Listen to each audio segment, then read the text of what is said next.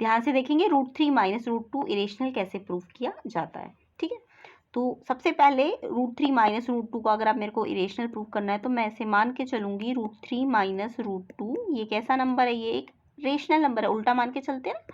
Let us assume ये एक rational number है, जो मेरे को इरेशनल प्रूव करना है मैंने इसको रेशनल मान लिया। ये तो हम वैसे ही करेंगे जैसे सबके साथ करते थे। ठीक है, बट यहाँ पे आपको एक कंडीशन लगानी पड़ेगी, √3 माइनस √2 अगर इरेशनल नंबर है तो इसको मुझे a/b के बराबर रखना चाहिए, क्यों? ठीक है ना, सच दैट √3 माइनस √2 किसके बराबर हो जाएगा, a/b के। अब यहाँ पे आपको एक कंडीशन और लगानी पड़ेगी, a और b इंटीजर्स है या को प्राइम नंबर से, ये भी लिख सकते हो, वैसे इस वाले केस में इंटीजर्स लिखते हैं। ठीक है, a एंड b इंटीजर्स है। ओके, तो अभी तक आप कौन से दो टाइप के क्वेश्चन कर रहे थे, जस्ट √3 को इरेशनल कैसे प्रूव किया जाता है, और एक ही वाला कर रहे थे जब एक रेशनल और एक इरेशनल हो उसको कैसे इरेशनल प्रूव किया जाता है। बट अभी हम क्या कर रहे हैं जिसमें दोनों ही इरेशनल नंबर्स होंगे। √3 माइनस √2 को इरेशनल कैसे प्रूफ किया जाता है, तो यहाँ पे हमको पहले तो इसको वैसे ही करना है जैसे इसको कर रहे थे हम, कि इसको a/b ले रहे थे तो इसको भी a/b लेंगे, फिर इसको हम a/b इंटीजर ले लेंगे। अब यहाँ पे तो क्या हो रहा था, सिंगल रूट था तो मैं एक नंबर को यहाँ भेज दे रही थी, बट यहाँ तो दोनों में रूट लगाया, तो इसको क्या करें अब हम, तो ध्यान से देखो, जब दोनों में रूट लगा होगा ना तो आपको एक में रूट लाने के लिए स्क्वायरिंग बोथ साइड करनी पड़ती है। क्या करेंगे हम, squaring both side, squaring both side. ये हम इसलिए कर रहे हैं ताकि ये दो में से रूट हट जाए। ठीक है, तो मेरे को स्क्वायरिंग करनी पड़ेगी लेफ्ट हैंड साइड पे भी और राइट हैंड साइड पे भी। तो जब मैं लेफ्ट हैंड साइड की स्क्वायरिंग करूंगी तो ये आइडेंटिटी बन जाएगी। देखो, स्क्वायरिंग का मतलब सिर्फ ये नहीं कि इसका स्क्वायर और इसका स्क्वायर करके छोड़ दोगे, पूरे का स्क्वायर लगाना है। इसमें भी स्क्वायर लगाओगे तो ए पे भी स्क्वायर लग जाएगा और बी पे भी स्क्वायर लग जाएगा।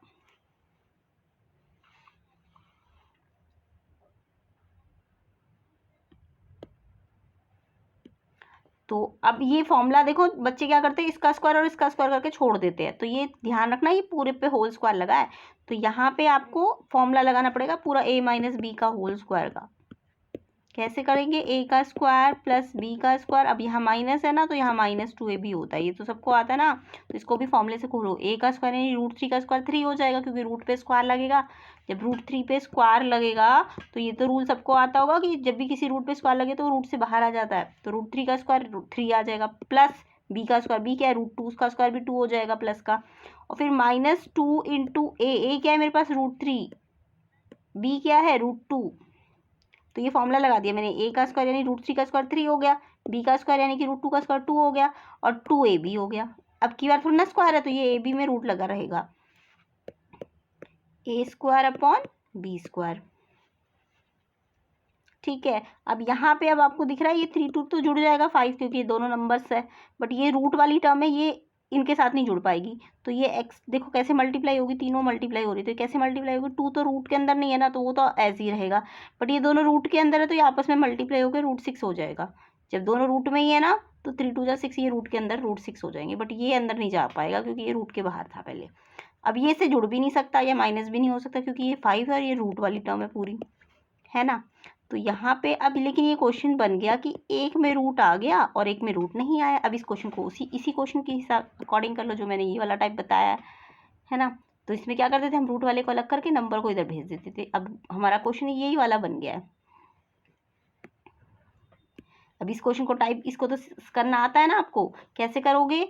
अब यहाँ पे एक रूट वाली टर्म आ गई है, ये रूट वाली टर्म आ गई है और ये बिना रूट वाली टर्म आ गई, तो ये जो रूट वाली टर्म है इसको तो मैं यहीं रखूंगी, इस बिना रूट वाली टर्म को उधर भेज दो, तो ये यहाँ आके यहाँ प्लस हो रही है ना, इधर माइनस हो जाएगी।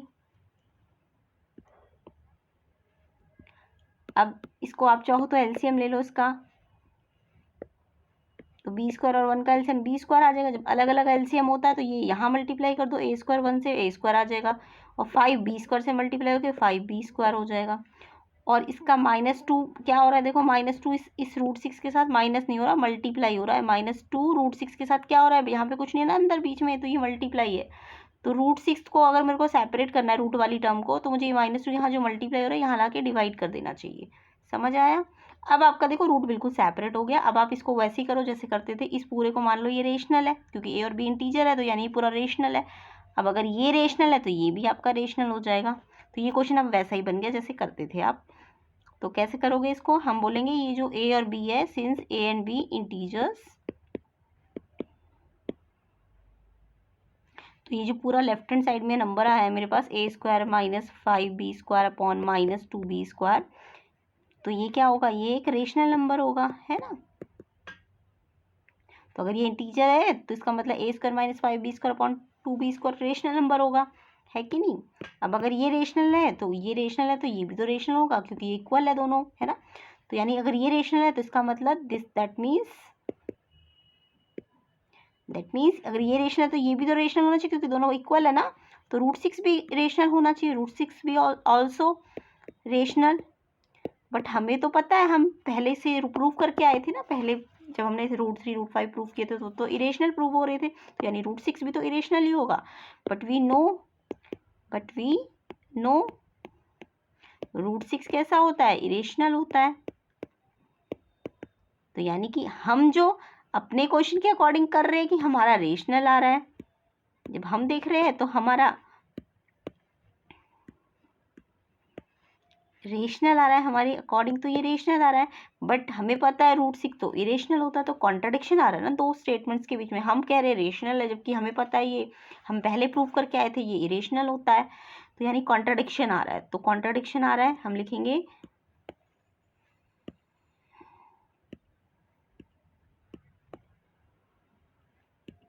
लिखेंगे देयर इज कॉन्ट्रडिक्शन अराइज, है ना। कॉन्ट्रडिक्शन आ रहा है दोनों बातों में। क्यों आ रहा है कॉन्ट्रडिक्शन, क्योंकि हमने गलत एजम्पशन किया, due to our wrong assumption, हमने रॉन्ग एजम्पशन लिया है। क्या लिया था हमने, सबसे पहले रॉन्ग एजम्पशन की हमने √3 माइनस √2 को क्या मान लिया था, सबसे पहले हमने इसको रेशनल मान लिया था ना। तो ये जो कॉन्ट्रडिक्शन आ गया, विरोध आ गया कि हम बोल रहे रेशनल जबकि हमें पता है ये इरेशनल, तो दोनों में विरोध आ गया। तो ये जो विरोध आया ये किस कारण से आया, हमारे गलत एजम्पशन के कारण, जो हमने सबसे पहले लिया था। सबसे पहले हमने क्या एजम्पशन ले लिया था कि हमने इस √3 माइनस √2 को ना रेशनल नंबर मान लिया था, ये हमारा रॉन्ग एजम्पशन था, इस कारण से हमारा विरोध आया है। ठीक है, तो विरोध आया है तो हम बोलेंगे कि √3 माइनस √2 रेशनल हम रेशनल मान के चले थे, तो इसके कारण विरोध आ गया। तो विरोध आ गया तो इसका मतलब हेंस ये अगर विरोध आ रहा है तो इसका मतलब हमने गलत एजम्पशन लिया है, तो इसलिए √3 माइनस √2 जो हमने गलत एजम्पशन लिया था वो कैसा होगा, वो रेशनल नहीं होगा, वो आपका कैसा नंबर हो जाएगा, वो आपका इरेशनल नंबर हो जाएगा।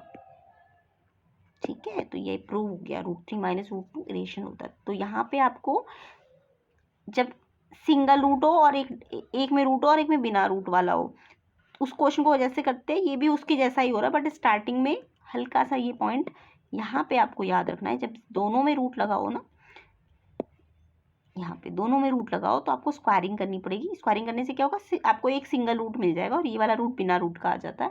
तो फिर आप इसको इस नंबर को वहाँ भेज देना और फिर बाकी तो वैसे ही क्वेश्चन बन जाएगा कि मेरे को पता है ये रेशनल है तो ये भी रेशनल आ रहा है, बट ये रेशनल नहीं होता हमको पता है, तो इसलिए हमारा कॉन्ट्रडिक्शन आया है क्योंकि अजम्पशन गलत ले लिया है, ये रेशनल है और इसलिए ये रेशनल नहीं होगा, ये इरेशनल होगा। समझ आ गया क्वेश्चन सबको।